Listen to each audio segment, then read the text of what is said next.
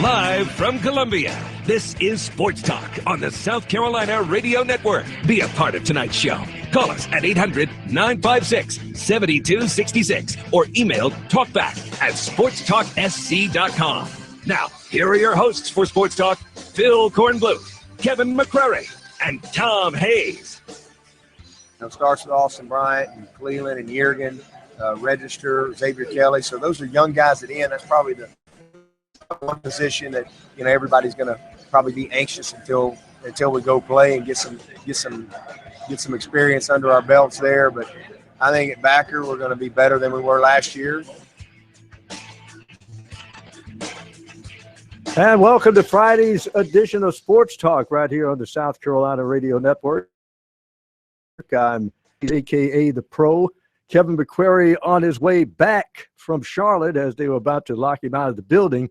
It's all ACC all the time tonight, or most of the time tonight, here on Sports Talk. Of course, you heard the opening with Dabo Swinney, the coach of the Clemson Tigers, who was oh so close to winning the national championship last year. At least they played Alabama really tight in that ball game. And, of course, they have arguably, who I'll say, no argument to me, the best player in college football in Deshaun Watson, number 4 at quarterback this year. And Clemson has to fill some holes on that defense. So we'll hear from Dabo a little bit later on in the program. And I know you want to stick around and listen for that. Also on the diet tonight, their arch nemesis, I guess you could say, in the ACC right now in Florida State. And this year Clemson has to go to Tallahassee. Jimbo Fisher, the coach of the Seminoles, we'll hear from him as well. And of course, you're going to hear from Deshaun Watson coming up a little bit later on. And one of K-Mac's favorites as far as interviewing and player on the field, Ben Boulware, the linebacker, a senior defensive leader for Clemson. He'll have to be a leader this year. We'll hear from him as well. And, of course, we can hear from you with your phone calls at 1-800-956-7266. That's 1-800-956-7266. And we will effort Monty Dutton for the full Monty to talk about NASCAR coming up in our second hour as well. And, just started off, I know it's sort of like one of these festive moods because it is TGIF Day and you're probably driving back from work. Please drive carefully. But a sad note in sports today is the former Vikings and Cardinals coach Dennis Green died last night from complications of a heart attack. And who could forget Dennis Green at the microphone as the Cardinals coach back then, saying, the Bears are who we thought they were, and we let them off the hook. You remember that looking phone. But Dennis Green, a tremendous coach, seemed to always bring his team to the playoffs. I remember the Vikings that he brought to the playoffs many times.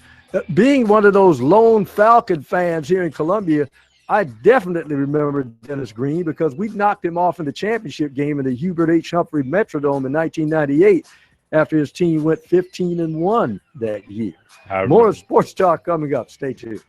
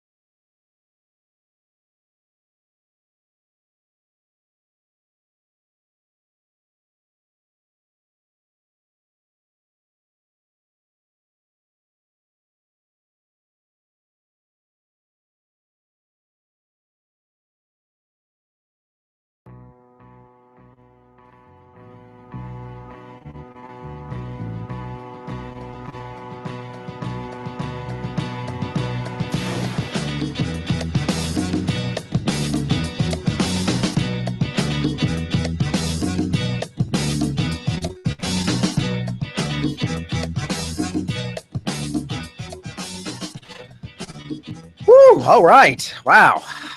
What a blur. Nice to be back in the studios here by way of the ACC kickoff in Charlotte. I bounced out of there after my final interview and made my way back here. Palmetto State. I wanted to get back into the saddle here and out of there. They were already packing stuff up. The ACC, they didn't kick me out, Pro, but I could tell they weren't sad that I wasn't going to stay there till 8 o'clock doing the show. I wanted to get back here with the good people. Well, you know, I-77 is the best invention since rapid rail. I'm old enough to remember when there was no I-77. Try to make it from Charlotte to Columbia. Wouldn't have happened. But I want to jump right into it, though, because I have a lot that we want to get to tonight. And my first interview of the day today was Dabo Swinney. Caught up with him first thing this morning to talk about the season and his 8th ACC kickoff. And he actually enjoys doing these sorts of things. Well, I mean, something you have to do, but I enjoy it. I mean, you got to do it, so I'm not going to be miserable. I enjoy talking about Clemson. I enjoy talking about our players. And I enjoy it because I know that means the season is really, really close. So that part of it is fun because I know that, hey, we're knocking on the door to getting back out on the grass. From the Alabama game to now, what's gone on? How do you feel about how you've grown as a program, as a team in the offseason?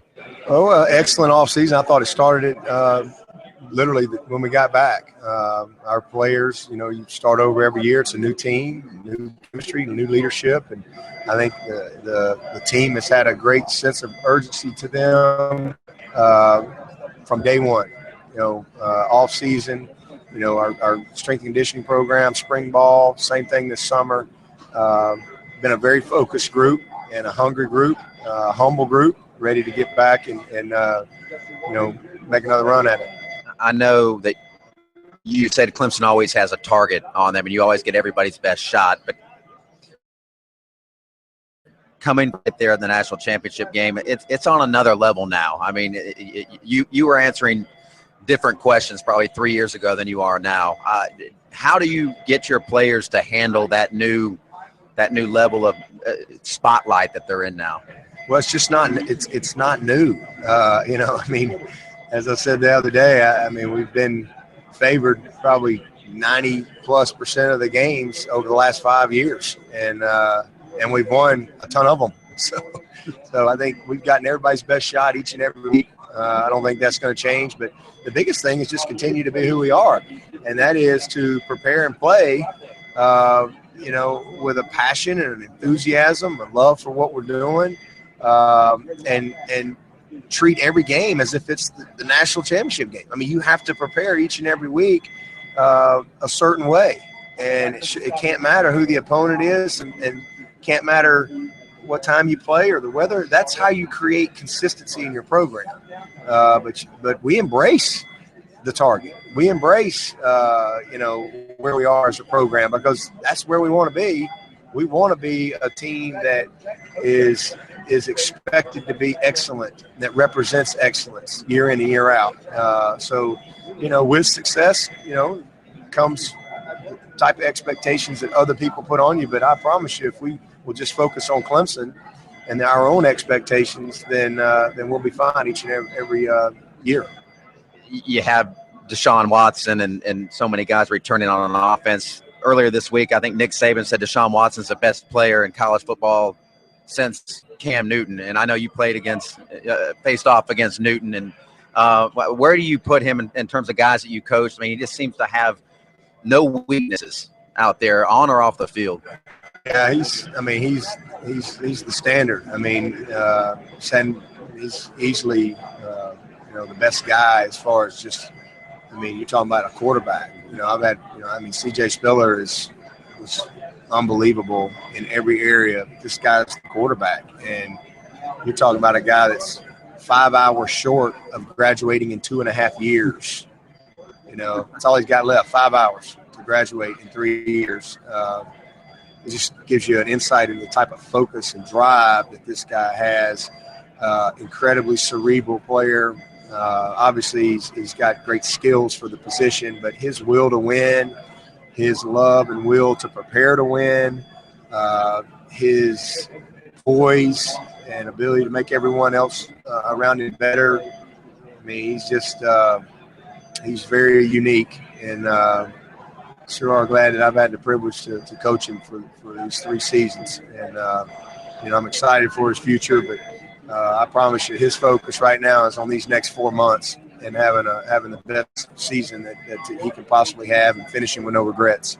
What have you had him focus on getting better? I mean, is there one certain area, or is it just improve everywhere? Because again, from just a layman's eye, it's like, what's this guy's weakness? Just continue to be who he is, and that is a person that's not satisfied, a person that's humble, a person that is driven to be the best he can be, always trying to get better. And so, you sit down, you lay out, you study last year. Here's the things that you did great. All right, let's understand why and continue to be focused on that. But here's the things we didn't do well and why, and here's what we got to do to get better. Okay, you took 6 sacks. Why? Well, let's learn from that. Here's some footwork things that we've got to improve on. Here's some fundamental things that we need to improve on. Okay, we had 13 interceptions. Why? Well, some of them, were result of maybe other people, a sack or a tip ball or something. Some were bad decisions. How do we, minimize those type of things? So he's always hungry for more. And then the biggest thing is just growth physically, with his body. And golly, I mean, he came in about 182 pounds, and it's just been a steady process for him. He's 218 pounds. He's strong. He just continue to and that's how he's been since he's been here. So really not change anything. Just continue to win it one day at a time and stay committed to being the best you can be. And that's what he's going to get. Defensively, it seems like deja vu. You're replacing a lot of guys. Last year you felt good because your second team had played a lot. This year you're replaced with guys that haven't played as much, but your confidence level and what you have coming back defensively. Yeah, we've got some blanks to fill in from last year's depth chart, but I think we've got a good roster. I think we got the answers are on campus. We just got I think it's a talented and deep roster, but a lot of inexperience in some positions like defensive end. I think I like the depth that we have from a competition standpoint. I think there's going to be good competition at all positions, and I love being in that position as a coach because I think that brings the best out. I think it creates an edge in everything that we do at practice and meetings, etc., off the field, everything. That was a little different last year. You had Shaq and Dodd, these veteran, experienced guys, and you had freshmen behind them. So, starts with Austin Bryant and Cleveland and Jurgen, Register, Xavier Kelly. So those are young guys at end. It's probably the one position that, everybody's going to probably be anxious until we go play and get some experience under our belts there. But I think at backer we're going to be better than we were last year because I think we've got more guys ready to play. I think we're going to be really good at corner. I think we've recruited well. We got some guys that will fill in some spots, and I like the guys that we have at safety. So I think when it's all said and done, we don't have any excuse to not be a very good defense. Where does that rank? I really don't have any idea. I just know that I want us to be a consistent defense. And the big thing is, as well as we played last year, we had too many big play busts. So hopefully we'll be a little more disciplined in some areas and, not be as charitable. There's Dabo Swinney. That beeping in the background, that's a fire alarm that somebody pulled at the Westin. It went off for about 20 minutes, but I did my best to mute that and get you, Dabo. If you want to hear more from Dabo Swinney, go to the website, sportstalksc.com. Sports Talk continues after a quick timeout.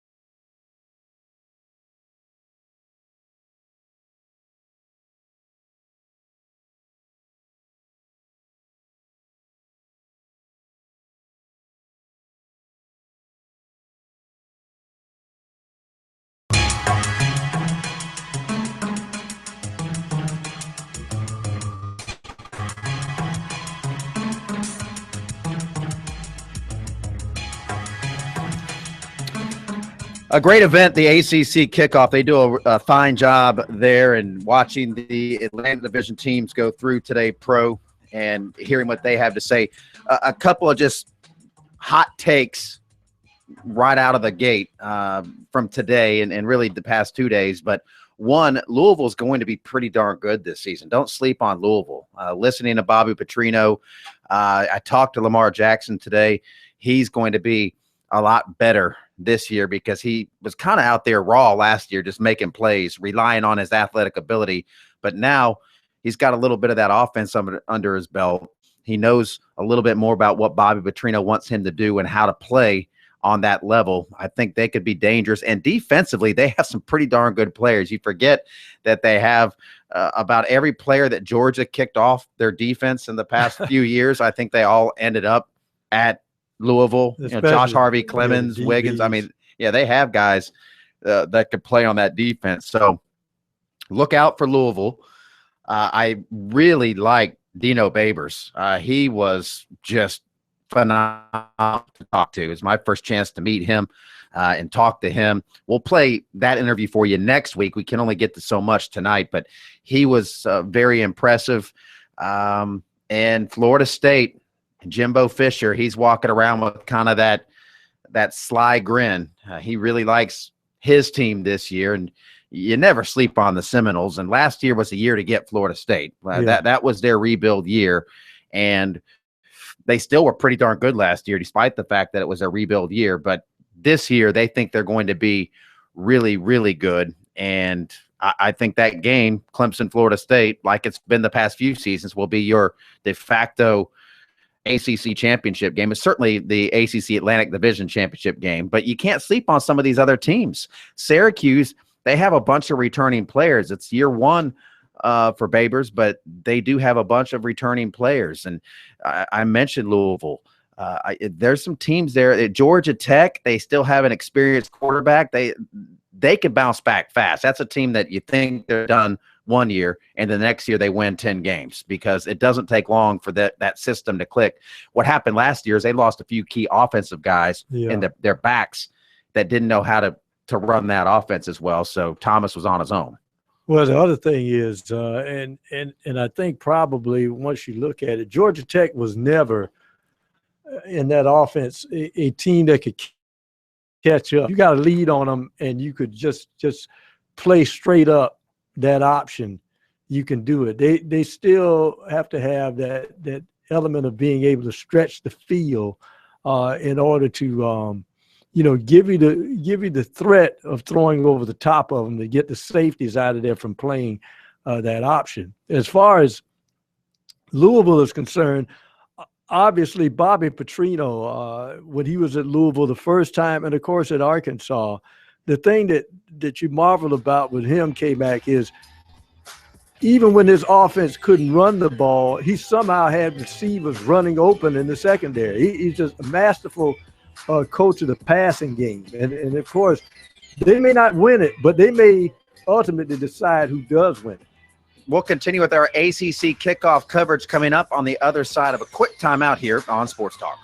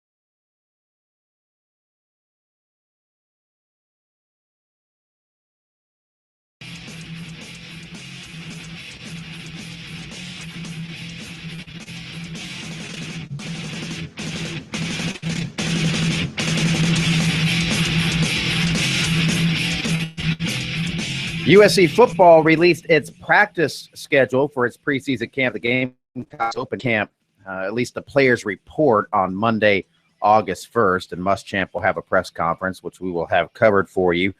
And a little different approach from Steve Spurrier with Will Muschamp. Spurrier was an evening/night practice guy in the preseason. There were a lot of days that he would go out there at 7 o'clock and then wrap up 9:30. That was just how he liked to do things. He always said it was just a better time to practice, not quite as hot. Now he was pushed by some of his throwback coaches like Ellis Johnson when he was still on the staff. They'd say, look, we need to get some day practices in too. There were some years they would open up at noon, and they're going, we better be out at noon some if we're going to be ready. So they'll be practicing in the morning by and large. Now, I'm not going to go through their whole practice schedule because nobody cares, but I do think people will care about the ones that you can attend. And there are 3 open practices for the public to go and check out. One is Monday, August 15th at 6:30, one of the evening ones that you can go check out. Tuesday, August 16th, you can go, another 6:30 practice. And Wednesday, August 17th, you can go and check out practice. So mark those 3 days, Monday, Tuesday, Wednesday, the 15th, 16th, and 17th. If you want to go, if watching a preseason practice is your thing, you want to get some football in your system, you can go out there and do that. Another note for fans, on Sunday, August 21st, they'll have Fan Appreciation Day at the Colonial Life Arena at 2:30. Well, you know, the interesting thing is obviously some coaches, I think Muschamp is the type of guy is probably kind of channeling when he was a player and probably thinking, I've got a class schedule. Wouldn't it be great to get practice out of the way and then I just worry about class and don't have to worry about the practice at night? My feeling is, as a coach, he wants those guys up early in the morning because he knows that, you know, hopefully their behinds are in bed at a decent hour and he can control things that way. I remember the old Temple basketball coach, John Chaney, always held his basketball practices early in the morning. Remember two-a-days? Remember? I mean, that wasn't that long ago when teams used to have two-a-days. You'd practice in the morning and then roll back out there at night. Now, that doesn't happen anymore. No. The teams don't do that anymore, but that used to be the way you'd roll. So there you go. USC practices begin coming up August 1st. They report the 15th, 16th, and 17th, 6:30 p.m. practices that the public can attend.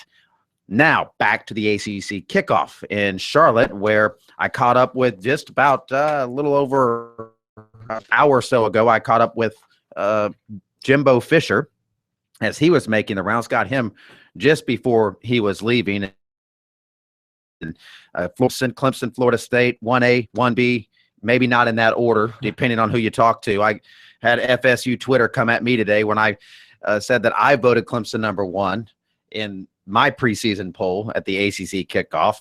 FSU Twitter did not like that. We'll see who's right, who's wrong, but let's hear what Jimbo Fisher has to say about his team as he gets excited for another big season of football. We are. I mean, anxious anticipation for, seeing how the guys summer and how hard they work and how it pays off going into fall. And just like this team, anxious to get back on the field. How did the offseason go? How did the summer workouts go? Really good. From everything we're getting, the feedback we're getting, the guys, coach, Vic thought we had as good as one we've had in the last 3 or 4 or 5 years. And just the attitude, demeanor was really good. So, but, like we say that a lot, but this one just has a little bit different look in my opinion, but we'll see. From a talent standpoint, on paper, you guys look really strong again this year. Maybe one of your stronger teams on paper. From your perspective, is that an accurate? Again, but we're very unique in that we got a lot of starters back, but we still only have about 9 seniors on the team of the 4 or 5 starting. So we're still young. And what I'm anxious to see is, does this team develop the characteristics and habits it has to do to play at a high level? And that's going to be the challenge for these guys taking that next step. Everybody talks about the quarterback. That's what we talk about in the summer, and that's what they're going to talk about with you. And Sean McGuire, I know he's coming off the ankle. Where is he from that injury standpoint, and where is he from this offense? Oh, I definitely have confidence for him to run the offense. I mean, he's back full speed. He's practicing good. He's running, doing all the throwing, and he's ready to go. Is he going to be your guy? Well, we'll find out. I mean, he'll go in with code number 1, and he'll compete with DeAndre and the things that are going on in fall practice, and we'll see where they go. You spent some time today throwing some water on that narrative that people are still putting out there, despite the past few seasons, that maybe the ACC isn't on par with some of the other major conferences like the SEC. You've been in both leagues, so you can speak to that point probably as well as anybody. Some things they do better, some things we do better.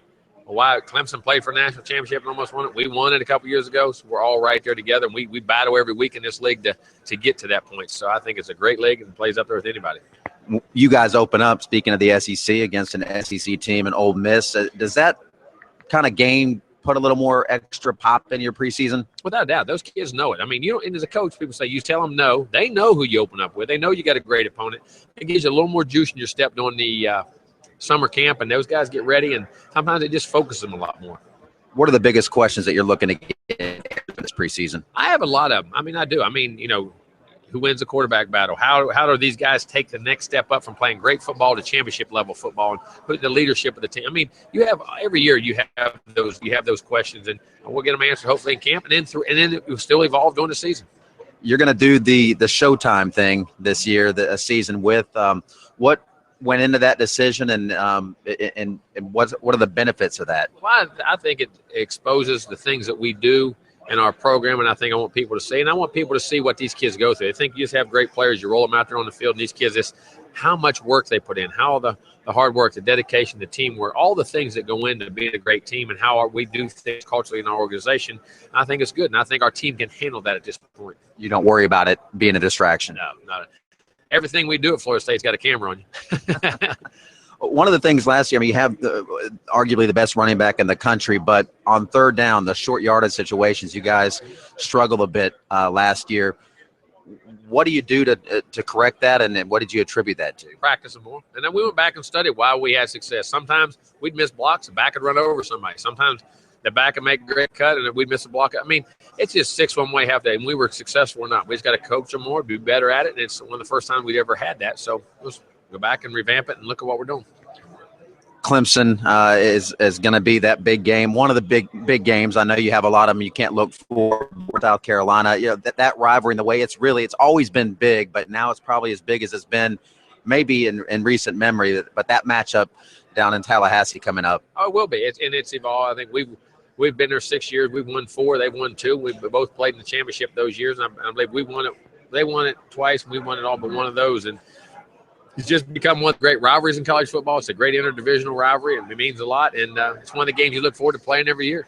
You've been around a lot of great quarterbacks, too, and seen a lot of great quarterbacks. Deshaun Watson, your thoughts on how he's performed in his first 2 years? Great player.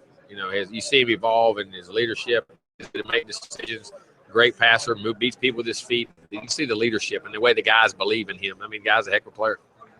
You can finish this sentence for me as we wrap up. Florida State will make a college football playoff if it can stay selfless and play with great consistency. Well, that's coach speak to wrap up. Who is by far the fastest talker in the ACC of all the coaches in pure words per minute speed. He could be an auctioneer if he decides not to be a coach anymore. For a guy named Jimbo, you would expect that guy named Jimbo to talk real slow. Not that Jimbo. No doubt about it. But Dalvin Cook was there. He looks really good. He always looks good. But, I mean, he looks like he's a lot thicker. That's another thing. You get a chance to look at these guys. Deshaun Watson told me he's gained 15 pounds since the end of last season, and he looks like it. He was kind of a scrawny guy coming in. There wasn't a lot to him, and he looks a lot thicker now. He's looking more and more like a NFL body quarterback and not a high school body quarterback. He's never played like anything other than an All-American, but he's starting to pass that eye test too when he gets off the bus. And just a pleasure to talk to him, a pleasure to talk to all these guys. So gracious. You get that personal time with a lot of these coaches that other conferences don't give you. At the SEC, you don't get a chance to sit down with these guys and have a dinner with them or lunch with them or breakfast with them, and that's kind of what you do for a few days at the ACC. We'll continue our coverage. Want to break down a few other aspects of the ACC kickoff, and again, I'll give you my entire preseason picks coming up on the other side of the poll.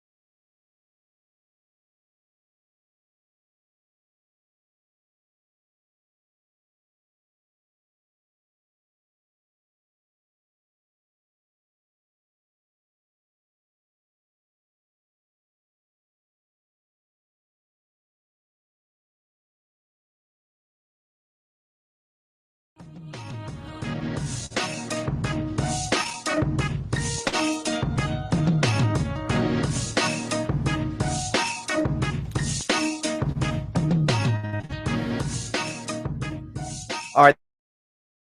The fib last night on the show, and I apologize. Uh-oh. I said that the ACC's preseason media poll was going to be released today, which I thought it was. I'm just thrown off by the whole new ACC kickoff. They normally did it on a Monday, Tuesday. They brought the players out. They've kind of switched everything up. I mean, they went from doing this thing at Pinehurst and really kind of making the whole thing about golf to doing it at a hotel in uptown Charlotte that didn't include golf, which is fine. I don't go up there for the golf. I didn't play last year. I go up there to do work. But anyway, the media poll is going to come out, I believe, Monday. Why would they hold it? Well, maybe they just didn't want to release it on a Friday, maybe, on a news dump day. They want to try to get it on the week. The ESPN car wash with the ACC coaches starts next week as well. So that'll give them an opportunity to give them something to talk about up in Bristol. So, yeah. Oh, speaking of Bristol and ESPN, I ran into former WLTX sports anchor and former radio host Matt Berry. He was up there doing a story on Deshaun Watson for ESPN. Of course, he hosts Sports Center now. You see him on Sports Center. People in the Midlands remember him, but he is still very, very fond of the Palmetto State in Columbia. And I enjoyed catching up with him as he was raving about his time that he spent at Bank of America Stadium with Deshaun Watson yesterday, doing a piece on him. All right, Pro. Now, my highly anticipated preseason pick for the poll. We'll see how right I end up becoming or how wrong I end up becoming. Going chalk with this? Essentially, I mean, but in the Atlantic Division, well, I'll start in the Coastal. We'll start down in the Coastal. I'm picking North Carolina to run to Charlotte for the title game. Then I'm going with Mark Richt in Miami, second. Virginia Tech, third, and that might be a little high for them. Pitt, I'm going fourth. Then Georgia Tech, Virginia, and Duke. That's my Coastal Division. Duke might finish a little higher. I mean, you could probably put them up as high as where Georgia Tech is, but so that's right. And I think Pittsburgh could easily finish third or even second in that division. Pat Narduzzi is a heck of a football coach and a lot of fun to listen to him talk. Former defensive coordinator with Michigan State. Mm-hmm. And I think is Connor returning this year? I know he is. Yes, they're hoping that he'll be back and healthy. He was a war horse the year before, and of course, great story of him recovering from cancer and coming back to the fold. That team can be dangerous. So would you go pretty much along those lines? I would just flip-flop Virginia Tech and Pitt. I would have Pitt and I could see that. I thought about that one. And I could definitely see that happening with Pittsburgh finishing third there and Virginia Tech finishing further. Okay, in the Atlantic Division, I did pick Clemson to win the Atlantic Division. So come at me, FSU Twitter. Come at me. I'm not afraid of you. I did pick Florida State second, Louisville third, NC State fourth, Boston College fifth, and Syracuse, and then Wake Forest. No love for the Demon Deacons. So that was my pick, and I think Clemson will win the overall ACC championship. So we're going to have So there's that. I do think Clemson's going to lose a game this year in the regular season. Ooh. I do. I think they're going to trip up against somebody. I think their defense is going to trip up in a game and give up. I mean, I'm not picking the game either. I'm not saying it'll be Florida State, because if they lose to Florida State, they might that could cost them. I think Florida State's going to trip up too. But it's going to be a paper-thin margin for error, like there always is when you're trying to get to the college football playoff. You can't lose more than once. I think Clemson's going to lose a game, but still win the ACC and still make it to the college football playoff. That's my July 22nd prediction. The interesting thing about this is we still have to calibrate what the margin of error is, because in my mind, still, I think there's some around the country in different regions still will not give the ACC respect, which translates to Florida State or Clemson or North Carolina.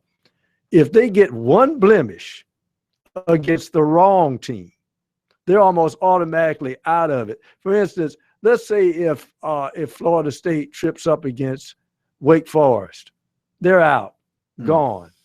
Now, if you're Clemson, and you lose to Florida State, or Florida State loses to Clemson, I think there's still room for recovery in the other Big Five conferences. But I think the margin of error still is very tough in the ACC to have undefeated. Yeah, and heck, Clemson, they open up at Auburn. Florida State opens up a neutral site against Ole Miss, and it's in Orlando. So it's how neutral is Orlando? No, that's not neutral. That's going to be a Florida State crowd there at the old Citrus Bowl. So I think Clemson has a tougher opener, although Ole Miss is probably a little bit better than Auburn.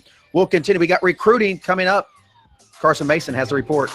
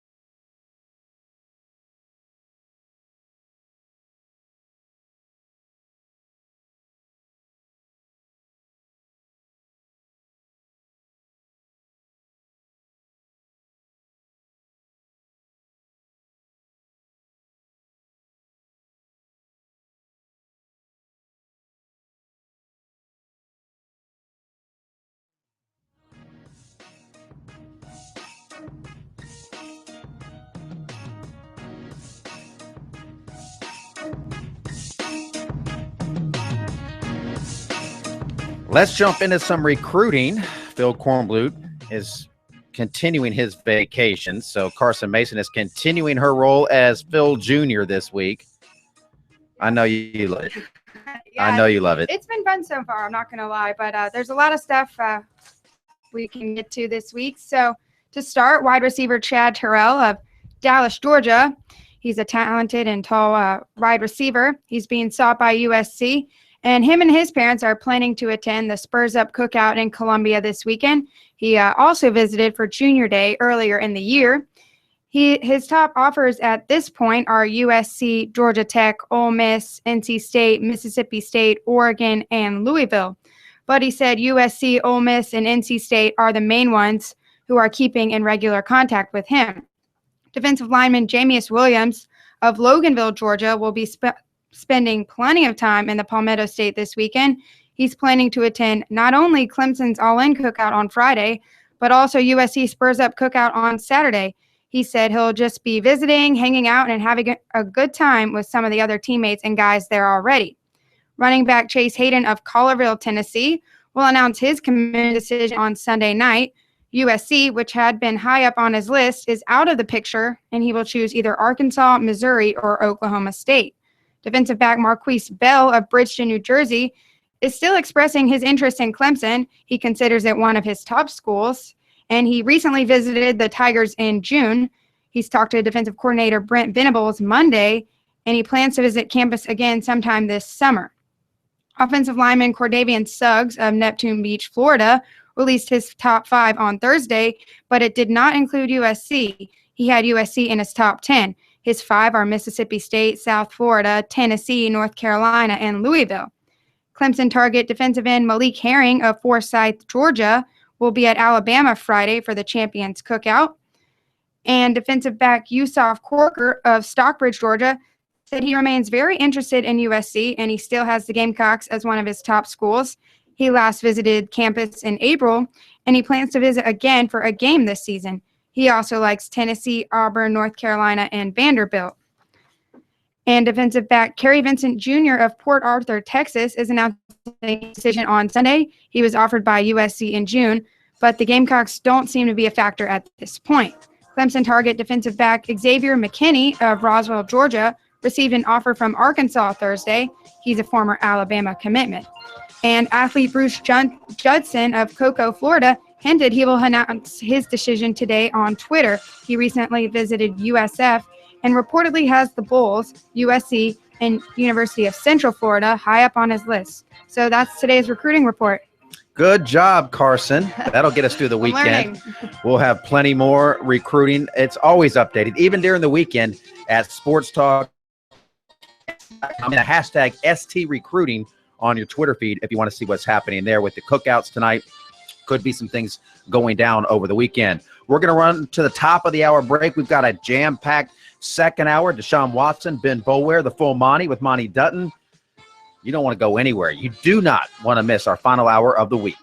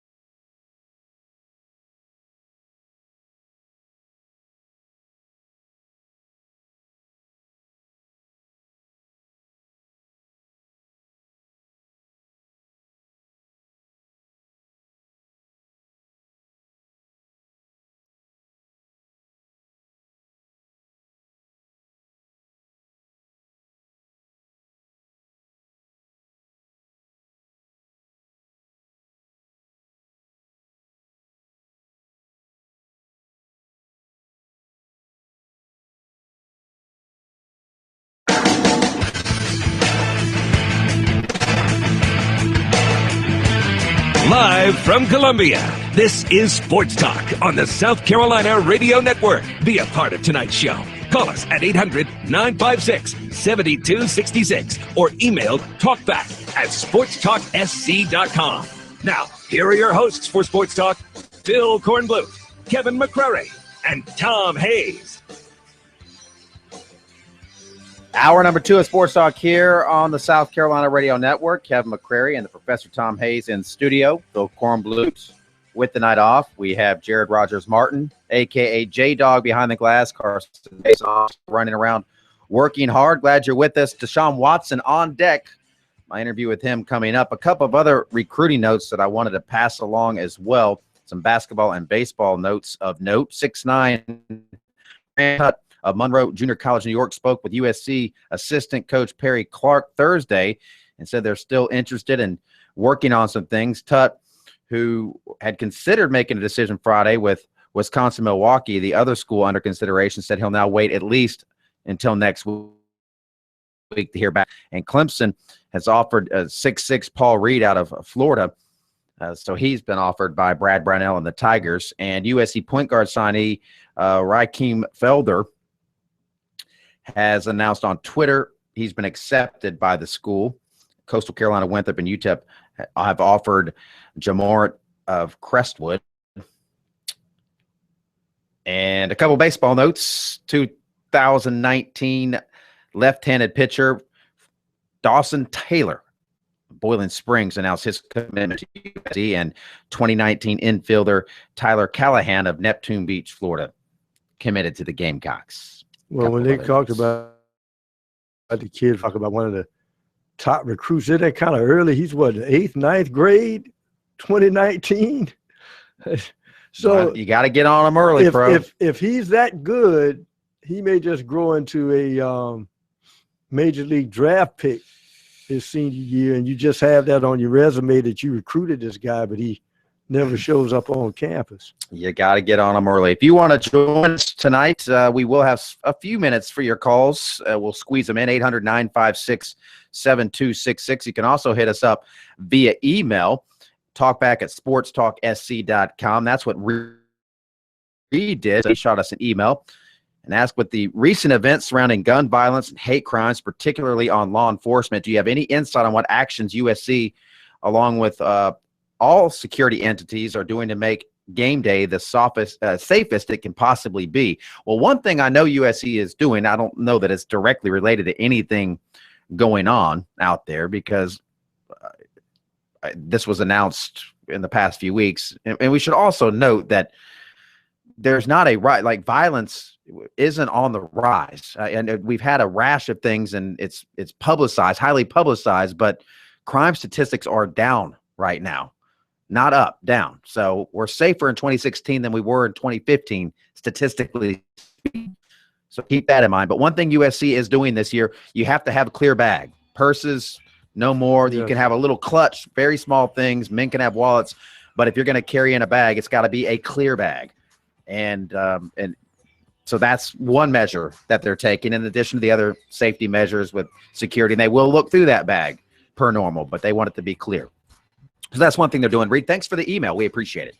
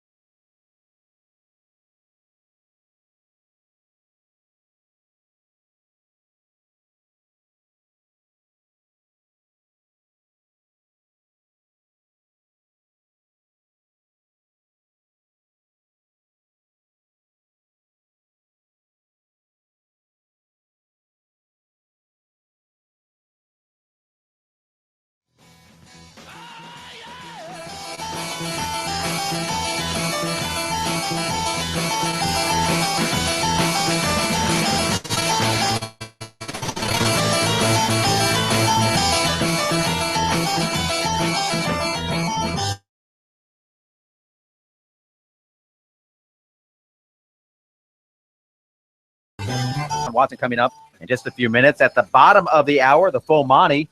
Going to talk a little NASCAR with Monty Dutton and Ben Boulware. You never know what he's going to say. I actually do know what he's going to say because I did the interview earlier today. Just stay tuned. I'm saving it towards the end, so hopefully small children won't be listening anymore by the time we get to the Ben Boulware interview. Let's jump right into Deshaun Watson, a guy who was a Heisman Trophy finalist last year, certainly an early front runner, the Vegas odds-on favorite to win the Heisman Trophy this year. Ready for year number 3, running a Clemson offense that is definitely loaded. All right, Deshaun, we'll knock this out. It'll be easy breezy. First of all, how's your day going through the media gauntlet? It's been great. Just meeting everyone, meeting new people, meeting some of the athletes, and just being able to talk and express what Clemson football is about this upcoming season and what we're looking forward to. There's quite a bit of media, although you're kind of used to it. You had to go through all this with the college football playoff, but I don't know if it's ever been this long and this intense for you, probably. No, it wasn't. College football playoff was maybe an hour, 45 minutes. It was just real quick. You know what I mean? I didn't have to walk around. People came to me. But, it's been fun. I had a great experience, and I've been enjoying it. I heard there's been some pretty goofy questions floating around here today. You had any of those? Yeah, Halloween costume, your favorite candy, and your celebrity that you want to meet, and just different things outside of football. Yeah, Lamar Jackson said that was the silliest one he got to, the Halloween costume. So, looking into this season, offensively, you guys look like as good as you were last year. Like you might be even better this year. Is that a fair assessment? Yeah, it's fair. We have the writing on the paper. If you look at the roster, we have the depth and everything like that. We just got to go out there and execute and prove it and go work for it. Has there been one specific thing as an offense you guys have wanted to focus on getting better this summer? Has it been a variety of things, or what are you guys looking to get better at specifically? Just really the overall package of, just executing every play. Take a play off. If you're tired, then let someone else go in and different things like that, and really communicating with one another and building that chemistry. And if we do that, the sky's the limit, and we have all that. And we have all the tools and things like that. We got to make sure we don't take a play off and don't get selfish, and then make sure everyone around us get better. You look a little bigger. Look like you put on a little weight from last year. I put on 15 pounds. 15 pounds. How'd you manage to do that? Just working out, being able to do the full off-season training. Last year I had an ACL my freshman year. Coming in, I broke my collarbone. That set me out. And so now having a full spring and summer to actually put on some weight and work out and do everything that the team is doing, it's been good. Are you going to wear the brace again this year? Yes, I'm gonna wear it for the rest of my career. So. At what point last year did you stop thinking about the knee? I mean, it seemed like as the season progressed, you were a little more active. You were running a little bit more. I think Notre Dame game let me loose and started, especially from the jump of the game, cut me loose and let me run the ball. I had that big run, and I think that's when I just felt comfortable with my knee. 3 previous games, but App State, Wofford, and Louisville, I wasn't really comfortable running on it, and they didn't really know how much more. I was only 8 months out of surgery, so it was still making sure that I was taking it slow and playing in a full game with the brace and with what kind of goals do you have? I know your team goals. What about Deshaun Watson goals? Personally, just winning that championship, of course. We play the year, go undefeated, just being the best player, being the best, the best ever to play quarterback, and just different things like that. I want to be, not just, a great person, but, it's also the greatest, play college football. One of the, as they say, the ghost this game and go through. So many weapons out there. I mean, getting Mike Williams back is a huge boost. It's like getting an NFL caliber guy that you didn't have last year. And Scott, that has to make your job that much easier to have that many options out there. Not to mention Gallman and the running backs behind you. Right. Yeah, it's great. Like you said, Mike Williams. We just a little wet willy there from Ben Bowl. Where loaded on offense, and so just all the great guys that we have and all the weapons. My job is, going to be, pretty much easy. I touch the ball every play, so I just make the right decisions and get those guys the ball. All right, yeah, there's some Deshaun Watson. We actually had to cut it pretty much right after that answer so he could clean out his ear. because Ben Boulware thought it would be funny to come by, stick a wet finger in Deshaun Watson's ear. That's as flustered as I've seen Deshaun Watson. I've watched him play Florida State, Oklahoma, Alabama, always cool as a cucumber. But then Boulware sneaks up on him and gives him a wet willy, and he was pretty flustered. Well, you know, the interesting thing about Deshaun Watson is first of all, he's hard to sack. But then again, at Clemson, I don't know if they'll do it this year. Sometimes they have done it. It's maybe the first couple of series, and you will see he'll have the tendency 2-3 step drop, get the ball out. Yards after the catch is key. And then suddenly, you know, the rhythm is kind of changed, and then the pass rush can't adjust. Then he goes to a quick 5-step drop and goes deep on you. So in essence, what they're doing is not only trying to probe the defense, but it's also throwing the defensive lineman's timing off, because they can't know when to rush and how to rush him because of the way they script the plays early. There was a big Twitter burn today between a couple of in-state schools. Maybe a new rivalry is born.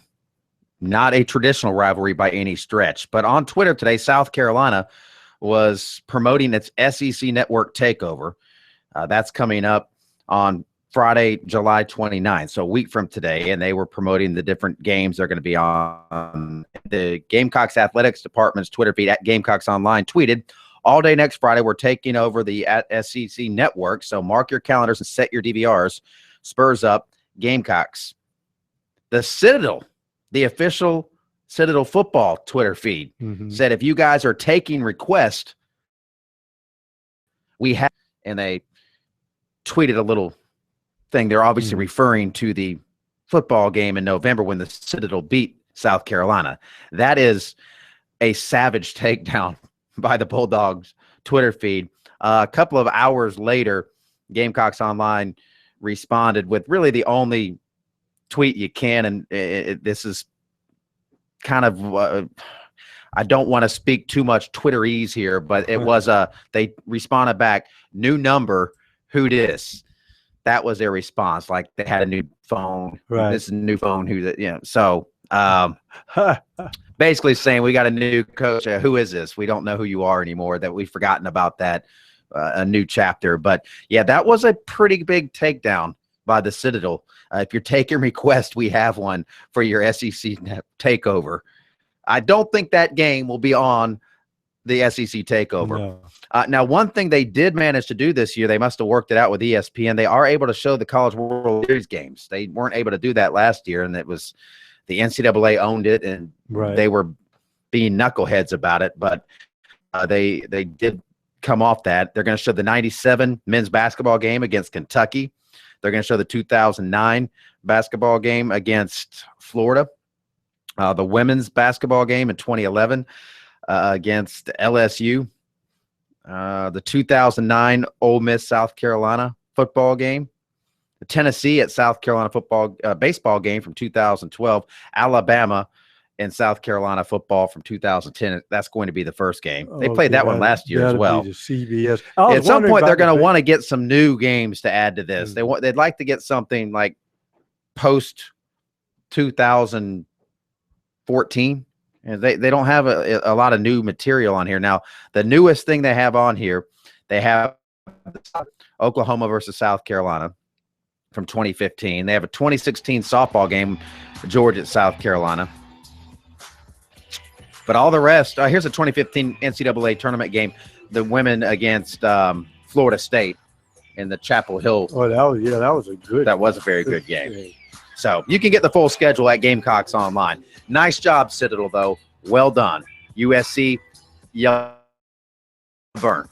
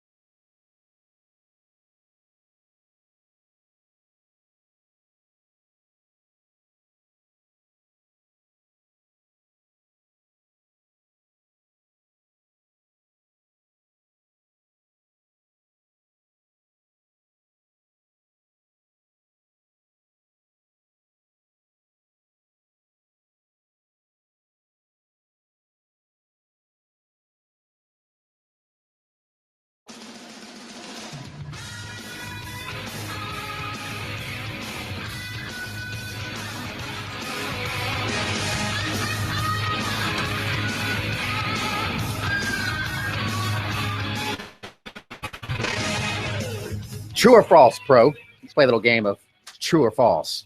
True or false, Clemson will make the college football playoff. False. Oh, my I gosh. just have a feeling. J-Dog, you want to get in on this? You're talking to the one who said Clemson would get 2 losses. So you're going false too? I'm on false. That was my original prediction. All right, I wasn't going to play, but I'm going to have to now because of you knuckleheads. I'm going to say true. All right, true or false, Pro, Deshaun Watson will win the Heisman Trophy. Woo, boy. I'll say that's true. Okay. J-Dog? I was just thinking this break with prop bet. I'm going to say I want it to happen, so I'm going to say yes. Okay. You're going to say yes. I'm going to say yes. Deshaun Watson. Maybe I'm just drinking all this Kool-Aid because I've been up there at the ACC kickoff. I did say Clemson was going to lose a game in the regular season. Although, so the next question is Clemson going to win the ACC? You know I'm going true because I already released my poll. Pro? Yes. J-Dog? Well, he said 2 losses, so. But then again, they could lose to Auburn and then lose to Georgia Tech and still conceivably win the ACC with 2 losses. I'm going to say they get stung kind of earlier in this. I'm going to say they get 2 regular season losses. So no, you're going no. You don't. Just so much of that is going on. We don't know who our pass rush is going to be till day one. That's worrisome. Yeah, I mean that is something that Clemson has not had to worry about in a few seasons. They've had really, really good pass rushers from Vic Beasley, Kevin Dodd, Shaq Lawson, Grady Jarrett right up the middle. The big numb in there, and he was like a wrecking ball. He's doing work on the Falcons too. Yes, now. He is. And Vic Beasley, they're making him a tweener. I think you just let him put his hand in the dirt and go after the quarterback like you did. Use these guys like they were used in college, by and large. And but anyway, that's another topic for another day. But Sweeney said that they've got unproven guys at defensive end that they're going to have to figure out. They've got a lot of unproven guys in their secondary as well. The linebackers are really good. We're going to hear from one of them coming up later in the show with Ben Boulware, but there is no question that this defense, as big of a challenge as they had last year replacing guys, I think this year is an even bigger challenge. Well, see, the key point, the best player they have on defense, let's face it, is number 4. Because as I said last year, once Clemson's offense got rolling, and at least they get a 10 to 14 point lead on an opponent, they could dictate what they're going to let you do on offense. They went ahead and take away the run, and then those corners they had would really just play one-on-one, and Ben Boulware would just, find the crease and just fit in and just stuff the run all day long. And the only time that they struggle is when teams were able to keep up with them offensively, as in the championship game. We'll be back. The full money coming up.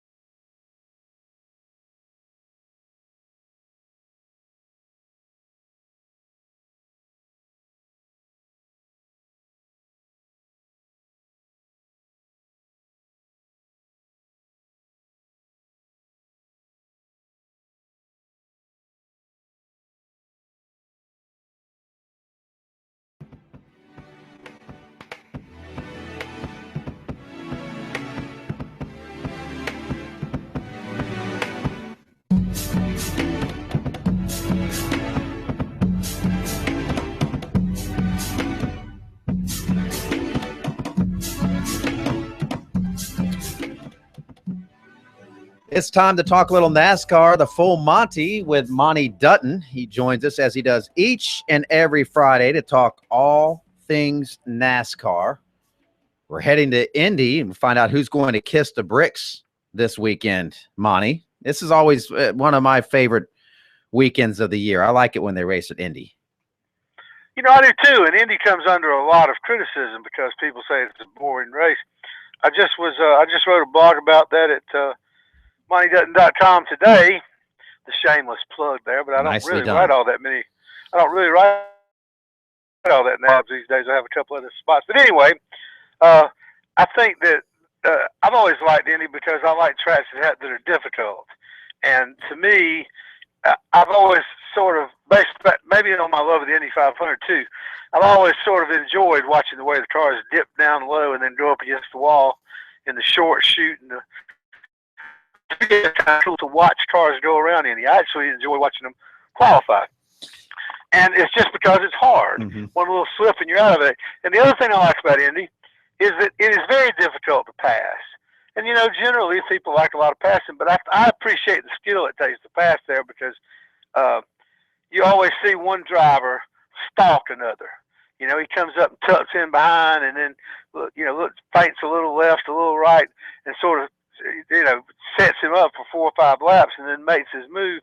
And I think that's rather interesting to watch. So, yes, I do like watching Indy, but they certainly have just a small percentage of the fans they once drew there.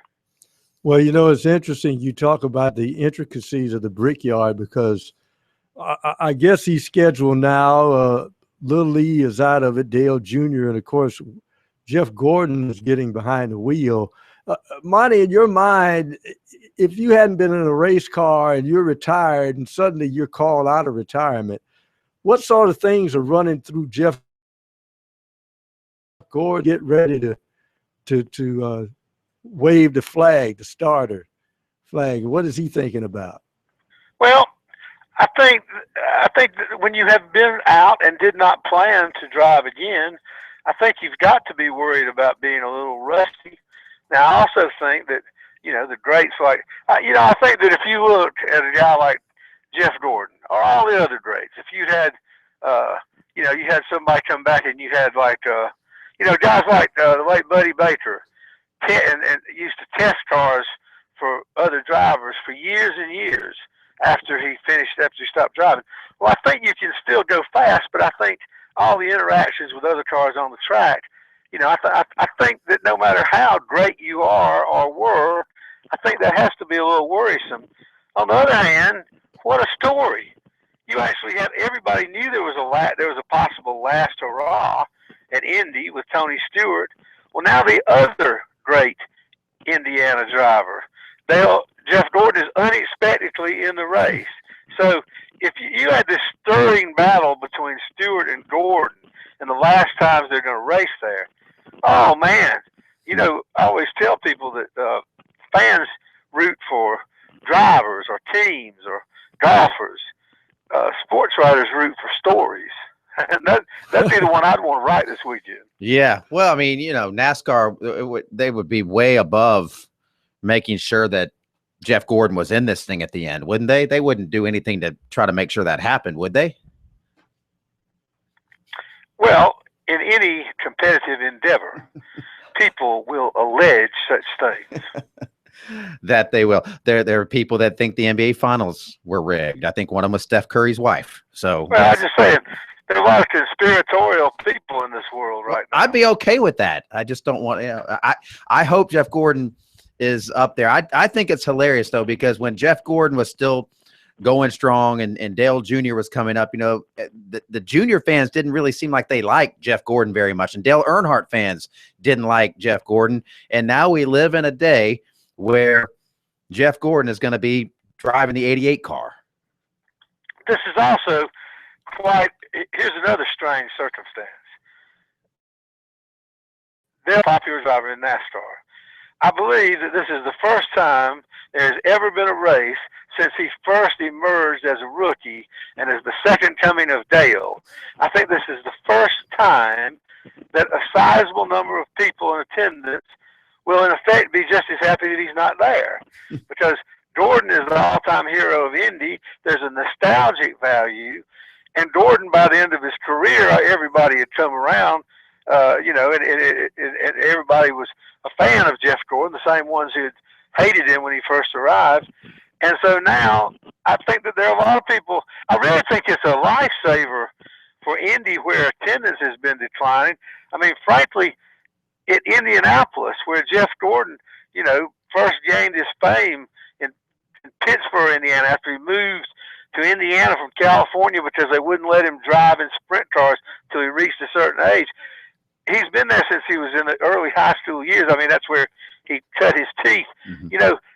Jeff Gordon is probably more popular than Dale Earnhardt Jr. in the state of Indiana. And so I think this is the first time there's ever been people who are happy that Junior's not there. Well, the interesting thing is we talk about why Dale Jr. is not there, Monty, and we've seen in other sports and even in pro wrestling, now we've got these suits about concussion issues. And of course, it's not a human contact sport, NASCAR, but is there something on the horizon that NASCAR have to worry about as far as maybe drivers with concussion syndromes, or this just isolated to Dale Jr. at this point? You and I are both of the age where we look back, and in the back of our minds, we say we know so much more about everything medical and what's bad for us and what's good. But we lose sight of the fact that we were thinking, well, wasn't it just as bad for you 50, 30, 40 years ago? And then the second thing you start seeing is that back when I played football and stuff, you start thinking, well, it's a wonder I got a lick of sense today. And so I think about that the same way. But here's my basic feeling on this. At the last week, I kept hearing over and over that Dale Earnhardt Jr. showed a lot of courage to do the right thing, to get out of the car and not race. And that's I'm all cool with that. But here's what I've got to say. I don't think a major sport, I don't think that's a decision the driver should make. I think that's NASCAR's business, and so this business so I'm thinking, so you're telling me that if he just didn't say a word, that they'd let him race, which I would imagine they're still probably do. But to me, in this era with all we've known about concussions and all the things in other sports, and it being there, I mean, part of the reason this is an issue is because we know so much today. But I think in this modern age, that's the governing body of the sport. I think there should be some kind of mandatory protocol. We see this all the time. There's a baseball player who bumps into the wall, and they think he's going to be out for day to day, and he ends up being on the disabled list for a month. So if a person needs treatment, if it damages his future, I don't believe that decision should be his. Mm-hmm. Monty, great stuff as always. Real quick, who's going to be not kicking the bricks? Somebody might be doing that too, but who's going to be kissing the bricks this weekend? Well, I think everybody's anticipating this last hurrah nostalgic run, as I said, and I'd love for that to happen. But I have a feeling this might be a year that somebody who's not up there all the time, I think maybe somebody like Jamie McMurray, or, a few years ago, Paul Menard won in Indianapolis. Indianapolis's winners have mainly been just famous drivers, but there have been a few anomalies, and I don't think it's going to be a complete shock. I don't think Trevor Bayne is going to win. Of course, I didn't think he'd win the Daytona 500 5 years ago either. But I think that maybe you might see someone like a Casey Kane or a Jamie McMurray. This might be a race, right? And I think somebody might burst into the chase this weekend. Good stuff. We appreciate it. Monty Dutton, the full Monty. We'll be checking you out again next week, same time, same place here on Sports Talk. We'll be right back. Ben Boulware coming up next. You don't want to miss what Big Ben had to say.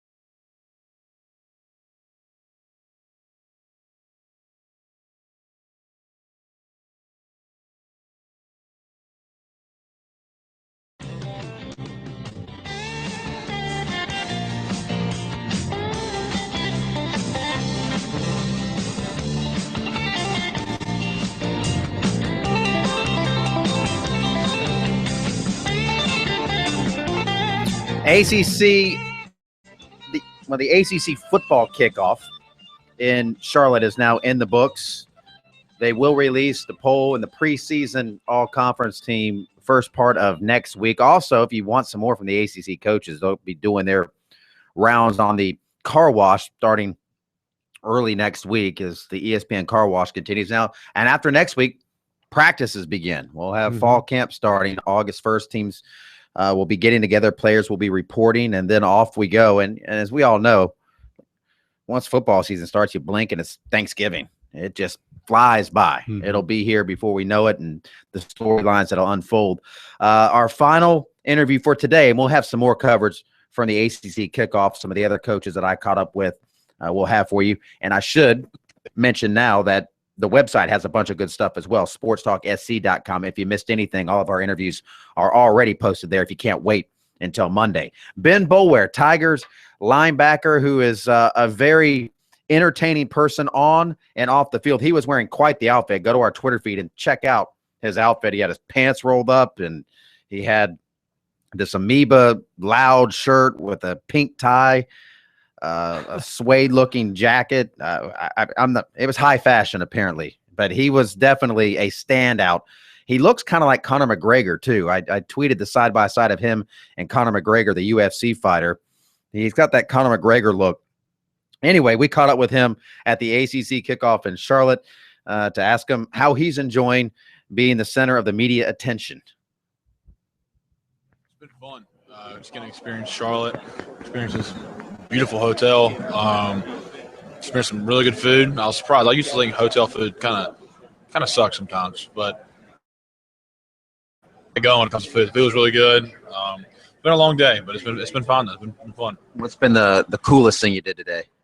The virtual reality was pretty cool. Even though I was terrified because I was like in in the deep sea, and it was pretty realistic. And I had this huge whale go by me. And I'm not a big sea person. I'm like the guy that builds sandcastles and all. So it was cool, but it was scary. So now we're getting ready for the season to start. Big expectations for you guys coming off last year. How do you feel going into this one? No, I feel good. I think we got a lot of talent on this team, a lot of great leadership. I think our offense will take care of itself. I mean, Deshaun will do his thing. Wayne, Mike, all those guys will be able to hold it down on offense. Obviously, the big question mark with our team is our defense, how we'll be able to reload. And I would answer that. We've done it for 2 years straight. We were top 10 last year after losing all those guys to the NFL. Obviously lost a lot of guys to the NFL again. I think we'll be fine. We reloaded Clemson. There's a lot of young guys. Don't have that much experience, but I think the talent level will always be there. I think the experience will continue to grow each and every game. I think we'll have another solid team across the board. How much pressure does it take off of you guys as a defense, knowing what you have offensively, a unit that can score early, often, at will almost with those kind of weapons? It takes a lot of stress off us as the defense, especially because I've been on those teams where they all sidelines, and you're just like, God bless. I hope they can take care of the ball or put some points on the board. But with this team, our offense, the defense is on the sideline, and we're not worried about them at all. We're completely talking about what we did last series, what we did wrong, what we did right, trying to correct those mistakes. Just because we trust our offense to put up points every series, less stress off our shoulders. Some new faces on that defense. So some fans out there listening tonight, tell them some names that they might not know now, but they're going to know by the end of this season on that defense. That was also the thing last year. I think a lot of people didn't know about Kevin Dodd or know about B.J. Goodson, and they're in the NFL right now. So I think this year, I think Kendall Joseph, Dorian O'Daniel, Austin Bryant, Richard Yeargin, Van Smith, I think all those guys will be household names come January. Because this has been their first opportunity to play. I think they'll definitely make the most out of it. You are our favorite athlete on Twitter, by the way. We love the Ben Boulware Twitter feed. How many Twitter meetings have you had to have with Dabo Swinney, though? I had more of them when I was in high school. I would get a text from him and Coach V, like, all right, stop tweeting about poop and just dumb stuff. That was when I was a 16-year-old kid, 17 years old. So, it's going to have – I'm a teenager. It's going to have him to tweet some dumb stuff. But but not really anymore. I mean, I'm on the border. It's not that bad. Most of them are funny. Right. I don't really tweet anything like vulgar or No. explicit. They're just like stupid stuff sometimes. Yeah. But I think they've kind of understood my humor now. And they're just like, okay, whatever. He's on tweet what he wants to tweet. They know I'm not going to cross that boundary. Right. So not many since I've got to cross it. That's Ben Boulware. You can get more from Ben Boulware and others on the website, SportsTalkSC.com.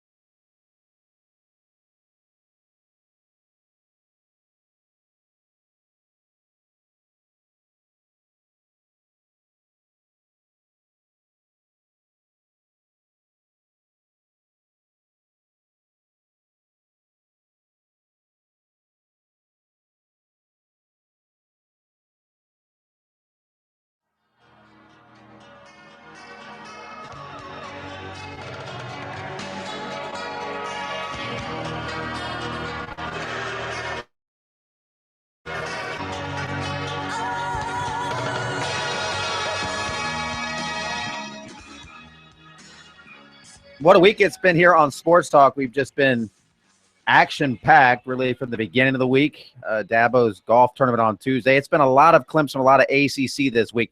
I know that anytime this happens, like when we had the SEC and the SEC car wash, it was a lot of USC, and then Clemson fans, they get antsy. And now I'm starting to get the tweets now that it's Friday. Oh, the homer. Oh, you guys, all you're doing is sucking up to Clemson. Well, it's okay. It's over now. We do it for both. So next week we can kind of process this. We still have some more interviews that we will play, some guests lined up that we're excited about. We're going to check in from the camps of Auburn and Vanderbilt next week as they get ready to start their camps. We'll get a preseason look of the Auburn and Vanderbilt camps. Two big games, two big road games for South Carolina and Clemson to start the season, and we're over a week away from training camp. Well, this will be interesting. You know, one of the things that got me last year, everybody talked about the tremendous pass rush of Vic Beasley, but K-Mac, I thought really last year that Clemson would have missed, and I said this on the air, and people heard me when I said it, I thought that the most valuable player on that Clemson defense that year, which I thought they would miss, and they did not end up doing it, was Grady Jarrett. Mm-hmm. Because on every snap, he was in the backfield. First of all, when you got a guy that squat but that strong, he's got a low center of gravity, and he either goes around you or under you. And he was always in the backfield, disrupt things. It's like rolling a bowling ball in the middle of some pins. And but they didn't miss a beat. Mm-hmm. It'll be interesting to see what these new characters they say are going to play well, as Ben Bulwell said, how they're going to stand out in these first few ball games. And unlike the other Clemson teams, they don't get a refresher. They don't get a cupcake. They get Auburn. They get an explosive offense that if you aren't in the right spot, if you're not disciplined, if you don't play your assignment, you can get into trouble. Now, having the summer to prepare for it, that's fine. But Gus Malzahn, his wheels are turning right now, and he's thinking of ways to confuse guys that don't know what they're doing. You're talking about the defensive ends. You've got to secure the end. If you don't get a good angle, if you miss your gap, Auburn can hurt you. I mean, they have the kind of offense they're right by you.